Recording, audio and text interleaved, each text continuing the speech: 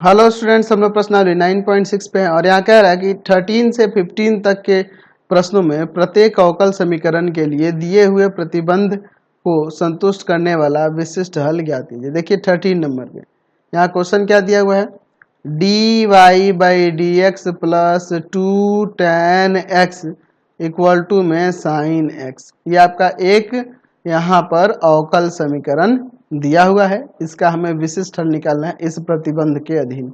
ठीक है, तो चलिए पहले हम लोग इसका व्यापक हल निकालते हैं। तो हमें पहले ये देखना हो कि ये अवकल समीकरण किस रूप में है। तो ये रैखिक अवकल समीकरण के रूप में है। मैंने बता रखा है आपको D Y by D X plus P Y equal to Q इस फॉर्म में होगा तो रैखिक अवकल समीकरण होगा। तो यहाँ पे पी का वैल्यू क्या हो जाएगा 2 tan x, ठीक है, और q का वैल्यू क्या हो जाएगा, यहाँ पर हो जाएगा साइन x। ठीक है, अब सबसे पहला काम हमें इंटीग्रल फैक्टर निकालना होगा। तो हो जाएगा e to the power integration of p dx, यानी e to the power integration of 2 tan x dx। ठीक है, यहाँ हो जाएगा e टू द पावर क्या हो जाएगा माइनस का 2 log cos x। ठीक है, ये ऊपर चला जाएगा, ठीक है, पावर में यहाँ पे आ जाएगा e to the power log power में ये माइनस टू का यानी कि 1/cos² हो जाएगा। ठीक है, तो ये इसका इन्वर्स होता है ना, ये हट जाएगा, आपका इंटीग्रल फैक्टर आ जाएगा 1/cos²x। चलिए अब यहाँ पे पहले लिखेंगे अवकल समीकरण का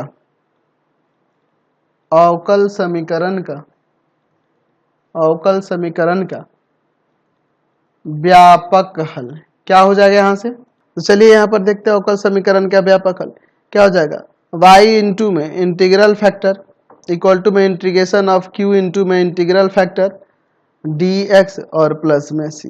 चलिए आगे यहाँ पर देखते हैं y इंटू में integral factor y into 1/cos² x equal to में q का वैल्यू है आपका साइन x और इंटू में 1/cos² x इंटीग्रल फैक्टर लिख दिए इंटू dx प्लस c।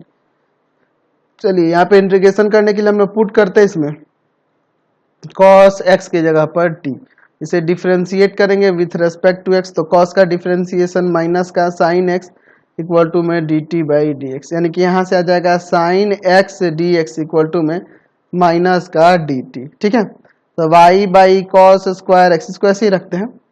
ठीक है, और चाहे तो है ना cos² x, चाहे तो यहाँ cos² x की जगह पे यहाँ cos x की जगह t पुट कर सकते हैं, कोई दिक्कत नहीं, इधर भी। ठीक है, चलो यहाँ पे भी हम लोग पुट कर देते हैं, कोई दिक्कत नहीं है।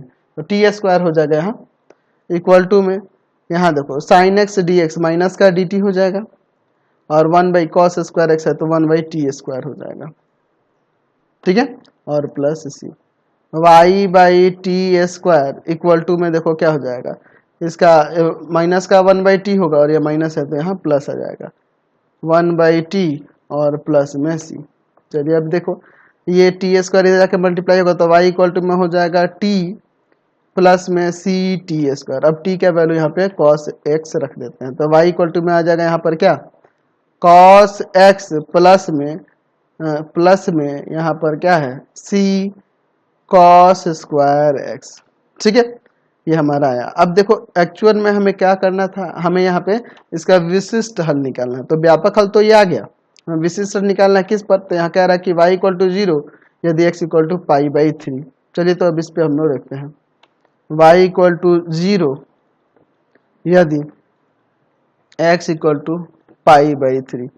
तो यहाँ 0 इक्वल टू में cos π/3 प्लस c cos² π/3।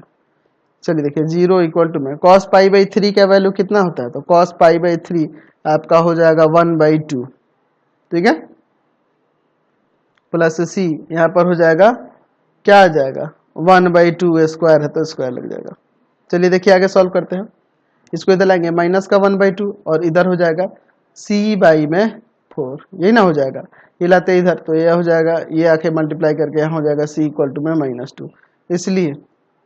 इसलिए अवकल समीकरण का विशिष्ट